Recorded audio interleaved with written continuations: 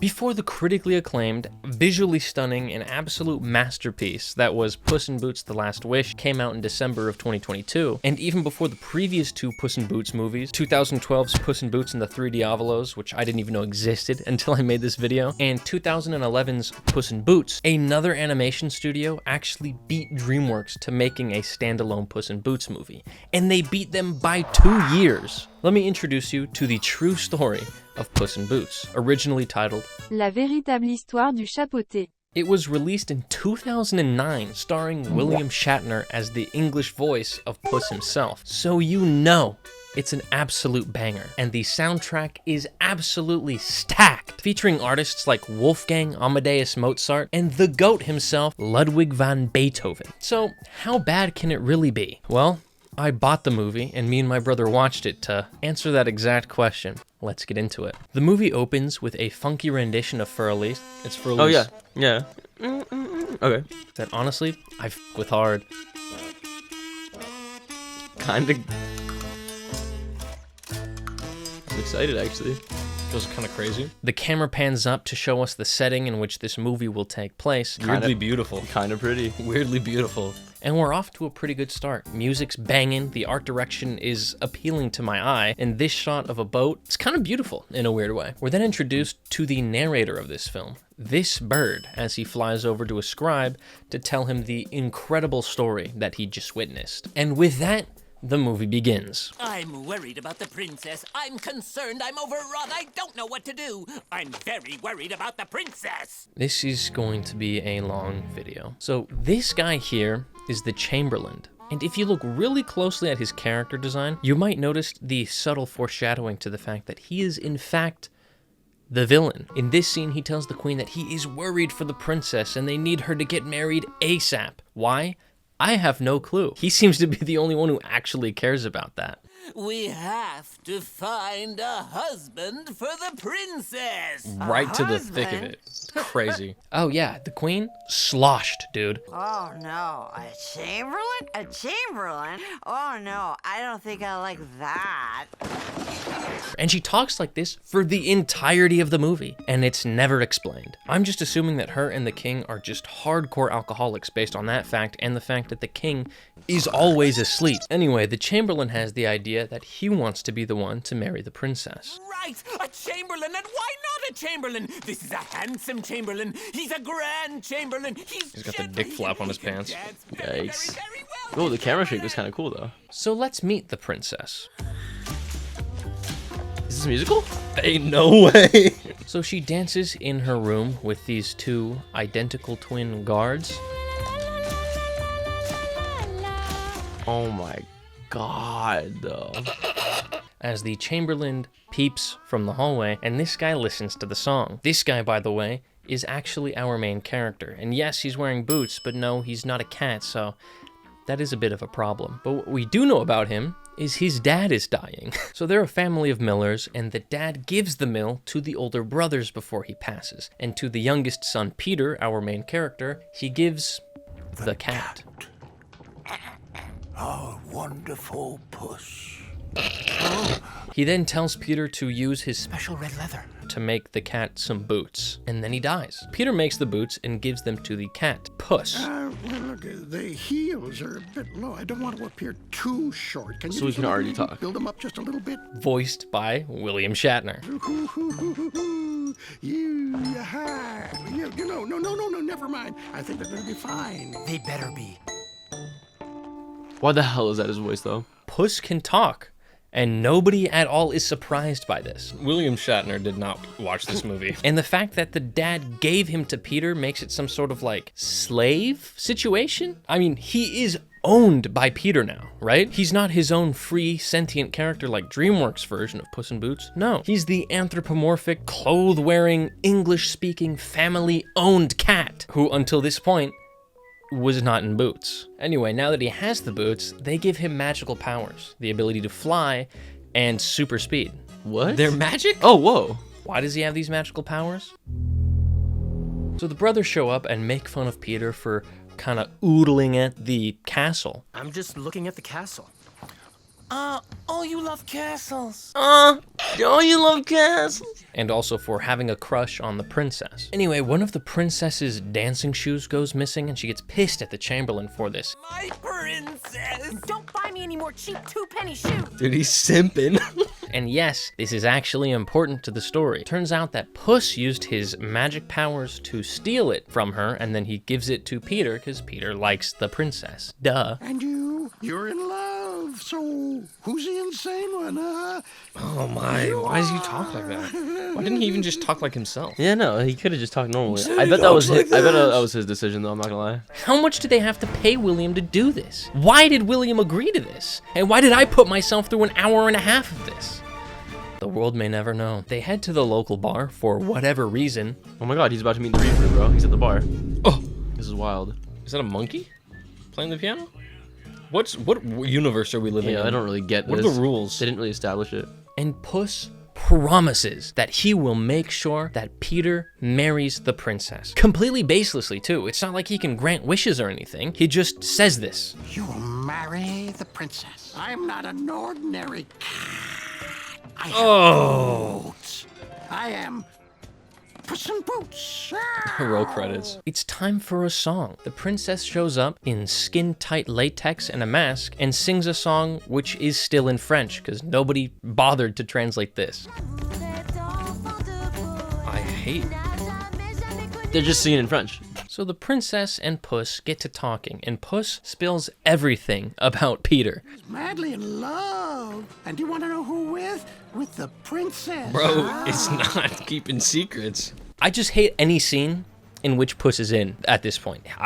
He stutters, he mumbles, he just repeats things. You must be a music freak. A freak? A freak? Who? A freak? A freak of what? A music freak. Oh. He must be a music freak. A Freak of what? what? A music freak. Oh. Also, I think he's gay. And why was she masked? Oh, listen, hey, I've got enough trouble trying to understand, man. But girls... Is he gay? Cut back to the villain, who is cooking up some magic candy that turns people into fat toads. Everyone who has eyes for the princess gets changed into a toad. All right. He turns everyone into toads, actually. Anyone with eyes for the princess, anyone who annoys him, just pretty much anyone at all. Oh, remember this? Is that a monkey playing the piano? Yeah, he's a part of the team now. Maybe. Where the they I was got about a to say. fucking monkey now? The Chamberlain. The Chamberlain! Why? I don't know. No introduction, no nothing. But he's along for the ride. Also, he's Jamaican. You see the ogre's castle? Well, that's it. We're almost there. Why did you make the monkey Jamaican? So they head off to the ogre's castle. That goes crazy. Yeah. Yes, there's an ogre because the monkey lives nearby. But first, they have to get through a night of horror. But first we have to survive one night of horror. A night of what? Horror! Horror! I forgot about the horror. How could you? Yeah, that was completely meaningless. There is no night of horror, nor is this ever spoken of again. They make it to the monkey's house completely safe. And his house becomes kind of like the hub. Why? I don't know. I still don't even know why the monkey even cares about Peter getting with the princess. What we do know about the monkey is he actually works for the ogre. The ogre is a diabolical sorcerer whose magic gets out of control sometimes, and it's the monkey's job to calm him down by playing The grophone. the grophone. The grophone. Peter kind of hints at the fact that he wants to learn the grophone. And can I learn how to play it? He doesn't. Nothing ever comes of that. But the monkey promises that he will show them to the ogre tomorrow night. So the princess sneaks out of the bar. I'm assuming she just stayed the night there. And she rides home on an ostrich. What the hell? What universe is this? What are the rules? So Puss catches some royal birds off screen, and then we get like a weird musical suit-up scene. There's probably supposed to be lyrics. Even though he's just choosing a hat, and if he doesn't piss you off yet. Seems you can talk, but you can't read. Well, you know that. Reading in life, it's so minor. It's just so minor. It's reading. It's so. What the hell? That was dragging on. Reading. It's so minor. I love minors. I hate this cat. So he uses his magic boots, yeah, I almost forgot about them too, to go visit this castle as his new alias, the Baron of the Gutters. Who is there? Baron of the Gutters. Baron Baron of the Gutters? I've never even heard of you. Well, look, Oh my god. Jesus. More like Baron of the fucking Stutters. Spit it out! Spit it out, please! So this frog-mouthed freak introduces the Baron of the Gutters to the royal court with a song. The Baron of the Gutters. Puss offers the birds to the royal court as a gift from his master, the Marquis of Carabas. Basically, he's trying to make Peter look like royalty so he has a chance with the princess. It's Aladdin. It's Aladdin. Anyway, the queen is still absolutely sloshed, and she wants to bang the Marquis. The queen would very much like to make acquaintance with the gentleman, the Marquis of Carabas. But what she does do is invite him and the Baron to the royal ball that they'll be throwing for the princess. But the princess won't be attending the ball, Majesty. Uh-oh, the princess isn't going. She's missing her shoe. Puss tells them that the Marquis will find the shoe for her. the Marquis of Carabas will find your royal shoe. See? I told you it was important. The royal court does say, though, that if he's lying, they're going to throw him in a meat grinder. It's a grind. Because in this universe, if you lie, you get ground up into hamburger meat. That should put a bit of fear into that fat pussycat. That fat pussy. So the Chamberlain realizes that the Marquis of Carabas is after the princess, so he decides he needs to find him, turn him into a toad, and feed that toad to the ogre. Also this. Come here, Hunchback. Yes, master? How old are you? Whoa, dude, rizzed him up. So Puss sneaks into the Chamberlain's lair, I guess, and steals a handful of that transformation candy. Then he regroups with Peter and the monkey, and they go to the ogre's castle. Honestly, it's terrifying. We see a toad, who presumably was a previous suitor of the princess, being strapped down to a chair and force-fed like guts and straight gore. I guess to fatten him up before they feed him to the ogre. It's a terrible way to go. So the Chamberlain is talking to the ogre, who, if you've noticed by now, is definitely not an ogre. And the ogre turns into this weird squid version of himself. What? I don't think they know what an ogre is. So the monkey has to go into action, and he calls him down using... Oh, that's the instrument. What was it called? The gamp phone or gay phone, grope phone, something like that. The grophone. The Grophone! Also, like, the ogre wants to be turned into a swan. All I've ever wanted is to be a swan, but it never happens. Back with our heroes. They make a plan how to get Peter into the ball as the Marquis of Carabas. What's their plan? Well, since every day the queen takes a ride around the lake, the next day, the Baron stops the carriage and asks the queen for help because the Marquis was robbed and beaten up and thrown into the river. Also, he's naked. My goodness, he is nude. Totally nude and wet. Oh, it's horrible, horrible, horrible, horrible, horrible. Dude, what in the hell? And dude, the queen wants him, so he hitches a ride back to the castle with him. And with that done, Puss runs off and runs over this cool-ass turtle. That guy's fucking sick. Yeah, that's a super cool character. The turtle is now my favorite character, and yes, he's a turtle and not a tortoise, so I have no clue what he's doing on land, but in my opinion, that just makes him so much cooler. So Puss goes back to the ogre's castle to invite the monkey to the ball later that night. Marcel is his name, by the way. I think they just say it here for the first time. Marcel. Marcel. But the chef guy shows up, notices Puss, and calls the guards on him, and we get like a really mid-fight scene. And I don't know why Marcel, who works there, didn't just say like, oh, he's with me, it's okay. Instead, he watches his co-workers hunt down his friend.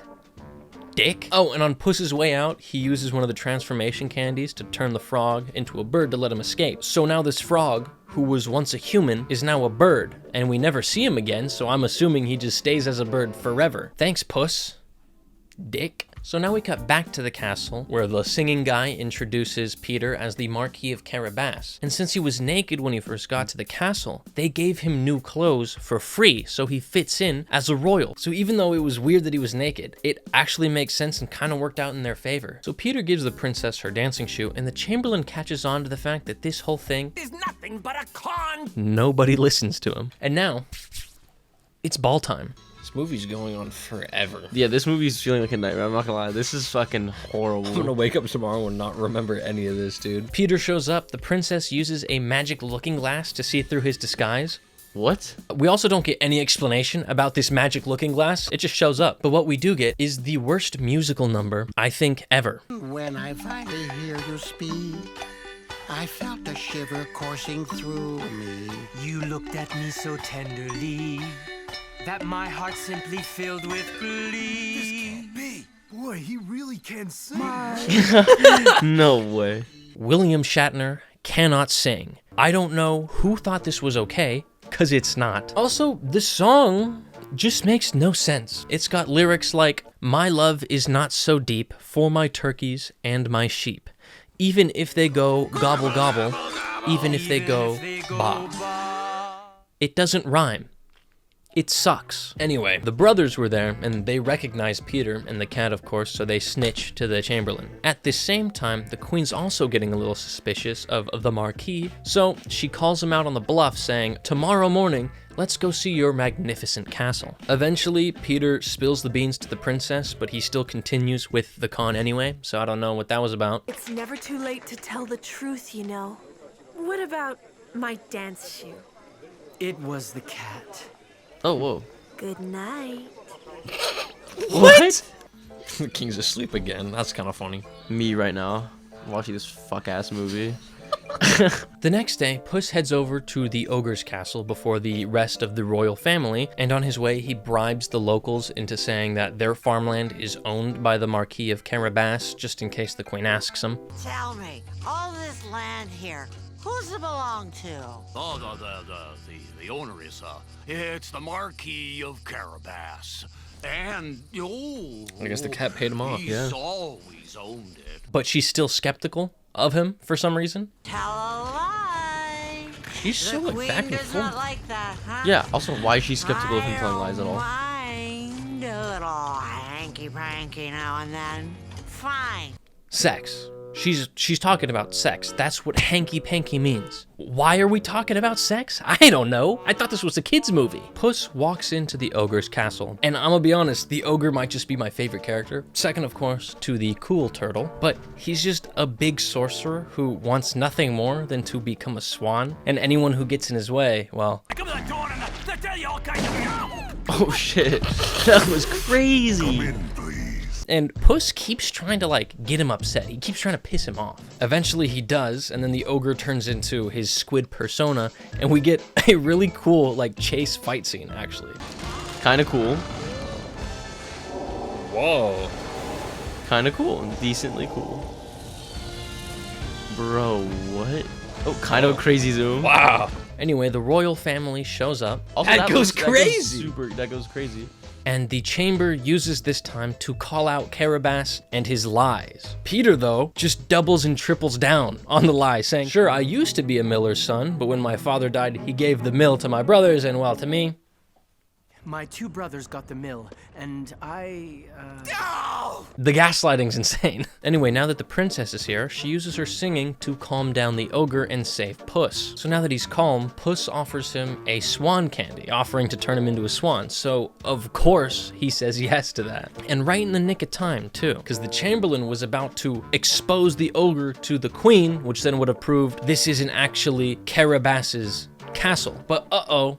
There is no ogre anymore, which means it is Peter's castle, and it also means the Chamberlain lied. To the meat grinder! So the Chamberlain runs off, and now that he's like a fugitive, he cuts his hair and dons an eye patch for some reason, but Puss finds him and convinces him somehow to take his own toad candy. I call character assassination on that one. That doesn't make sense. Also, yeah, the ogre didn't turn into a swan, he turned into a duck, so... Puss kind of did him dirty. Then we get a bedroom scene between Peter and the princess. I'm not kidding. A good day after all. What is going on? yeah, and a tough one. They fucking the But ogre's it bed. ended well. What the? Sex. That went hard though. I'm not gonna lie. I'm happy about this ending. Yeah, if this is the ending, this is going crazy. And then the movie ends. The princess sings a rendition of I Feel Pretty from West Side Story. Tonight. Oh, she's feeling very pretty. Is this legal? And the whole cast rides their ostriches into the sunset. Anyway, that's the end. And remember, it is a true story. We know this because it says so right there. So what's the moral of this story? I don't know. Con your way to the top, I guess. And that's the true story of Puss in Boots. I hated it. All right, I'm gonna kill myself. It's so bad. This was so shit. It was so bad. Like, I can't express it enough. All right, Good night.